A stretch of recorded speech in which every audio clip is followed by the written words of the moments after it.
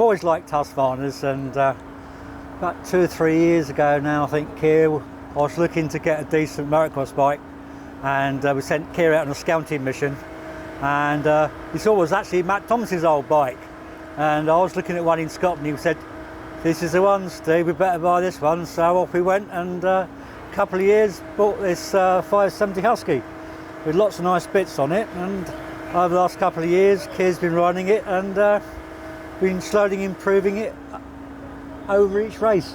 So it's modelled on a 1984 Husqvarna. So it's got a 570 motor in it, Italian bottom end, German top end, Dutch frame. So until we put the Husqvarna forks back on again for today, there wasn't much Swedish on it apart from the shocks. It's based really around bits you can get from Andy Elliott at HVA and copying the bikes that Mike Brown rode at MX Donations. I mean, they sound great, they went awesome, and yeah, love the bikes. Andy markets BZS frames in the UK. They're modelled on an 84 Husky, but with really nice welding and bronze welding on it.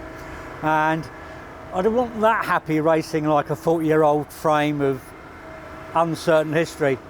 And also, when you put the big carburettor on them, it doesn't fit in the old frames. You have to chop them around. So the modern frames from BZS take the Husqvarna engine with a Mikuni 41mm carb to give it a bit more push, and it all goes together very well. Keir will tell you how it rides. I mean, compared to the original 83 frame, I think Keir, it's a fair bit better. Yeah, definitely.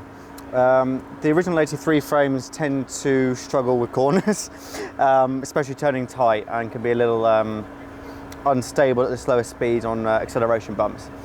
These new reproduction frames are a lot better. They're actually able to turn into the tight lines, and one of the most noticeable differences is on basically deep ruts, where the old frame would be bouncing from side to side. This squats down in the rear and tracks a lot better. So for the twin shock scramble type tracks we race them on, it's a lot more manageable, higher speeds basically. The geometry on the headstock may be a bit different, that might have something to do with it, but also I think that it's simply being a new frame and it's a bit stiffer. That means it can take the forces a bit better, and that probably accounts for some of the differences. Basically, Husqvarna bolted a Honda top end on a 2-stroke bottom end. Yeah, that was the start of the 4-stroke revolution. So they started off with air-cooled ones, 83, 84. They weren't the most reliable thing even then, and then they went to water cooling in 87, monoshock frames, and I started riding an 89 Husqvarna water cooled. That was all made in Sweden, and then wonderful bit of corporate history, they got bought out by Cagiva, so we got an Italian bits coming in there, and they were made for a few years until finally, of course, KTM bought Husqvarna and brought the brand back to life. So this bike is actually an Italian Husqvarna bottom end. There's a little oil pump on it that helps a bit. Problem with these engines are that they were built with splash lubrication, so the original ones had no oil pump. They just relied on splashing the oil around inside. Everything's rolling element bearings, but they're still air cooled. So basically, this is an air cooled engine that Husqvarna never made. They never made an air cooled 570. So the Germans, the lads in Germany, they make an excellent head and barrel, and they copied all the super motard porting. So it's a pokey old engine, but they really do get hot, and they're not the most reliable things in the world. There's a reason Husqvarna water cooled them, and we're finding out that again. So it takes a fair bit of looking after, and poor old Keir has broken down more times than I can think of this year, but some days we have a good day, don't we, Keir? Yeah, absolutely. These can be one of the fastest bikes on the starting line if they're set up right.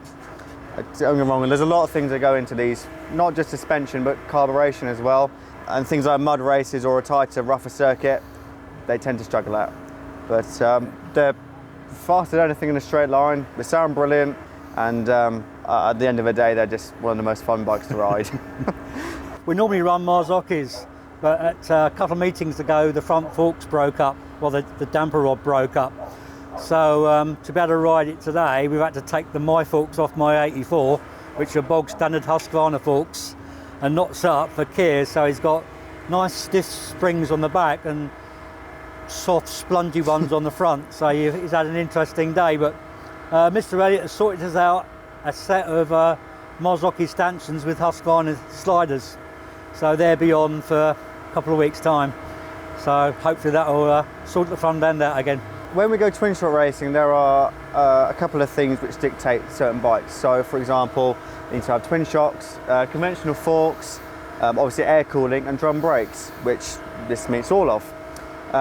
When you're trying to race in the front of the expert twin shock class against 490 Makos and things, a standard 510 Husqvarna needs a little help. So that's when the larger pistons and some modification comes into it. But absolutely, there's a couple of these bikes which campaign the twin shock circuit. We never have any complaints on that side of things, and we just like to have a competitive four-stroke, and people like to see them out there. With this carburettor, flat slide, it has an accelerator pump in it.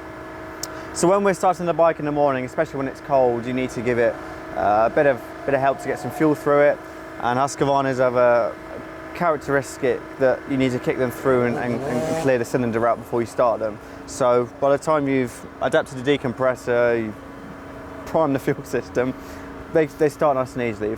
It started when it was cold first kick this morning, and we've got a hot start button on it, so if I drop it in the middle of a race, we can get it going first kick normally. On this specific bike, we have a Talon reproduction hub, which is machine billet.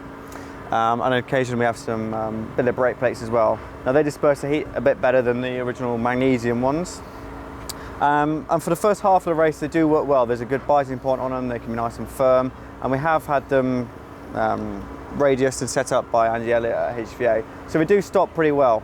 But being a drum brake, and being a fast bike and a heavy bike at that, obviously you do expect some fade. But overall, much better than the original brakes at the end of the day. My riding kind of takes two halves. So there's all the twin shock stuff we do with Steve and the Husqvarnas, and the other side of my racing is enduro. And I do compete in the British Championship and try and do my best to get some good results with that. In that I ride a 2021 Gas 250 TPI two-stroke. It's a new bike to me this year, and I'm getting on well with it. It's a bit different to some of the beaters I've had in the past, so it's taking a bit of time to adapt it to it, but for the kind of racing I do with it at a higher level, sort of regional and national level, it does the bill. It does everything you want it to do, and it's a brilliant bit of kit. Partly comes from being a two-stroke to a four-stroke, so four-stroke characteristics like to push in the corners, they steer using big handfuls of throttle, and obviously have engine braking and a lot of inertia to them. Whereas TPI two-stroke with counterbalancing and fuel injection and that side of things, I would compare it to a mountain bike. You want to steer immediately, you can stop, you can turn and accelerate all within a very different period basically. And those two things dictate different lines on the track, and I really enjoy switching between the two because it keeps my riding sharp and it keeps things fresh and enjoyable for me. Being 20, not many guys on 500s racing them, but no, not many people under 30 racing twin shock scene.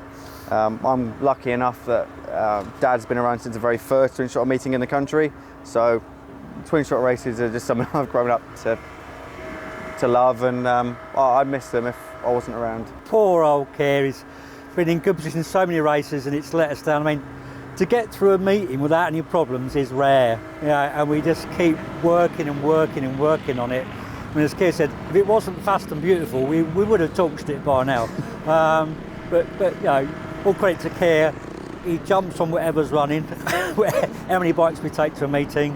When you rode Mako at Farley? Well, my first twin shock race was Farley Castle on Dad's 490 Mako at 14 years old. So I think that will rather set a precedent for my imminent future.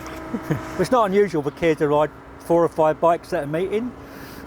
Yeah. You know, ranging from a 79 HL Yamaha, 540 JBR Honda, the Husky. You've got a couple of Husqvarnas. Couple of Huskies. Yeah. Basically, whoever's left running, we carry on riding it to run out of bikes, which isn't that often.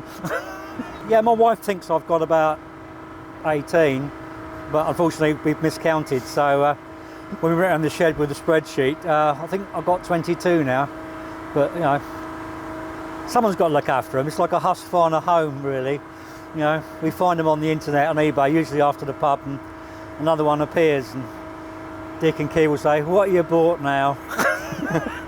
And another adventure starts. But It's great fun with the Huskies because the bits are quite interchangeable over the years. So once you find your way around them, you know, you can basically still get most of the bits you need, either from Andy or from eBay, and we cobble together something to suit what we need. We try and ride everything that works, which is about half of them.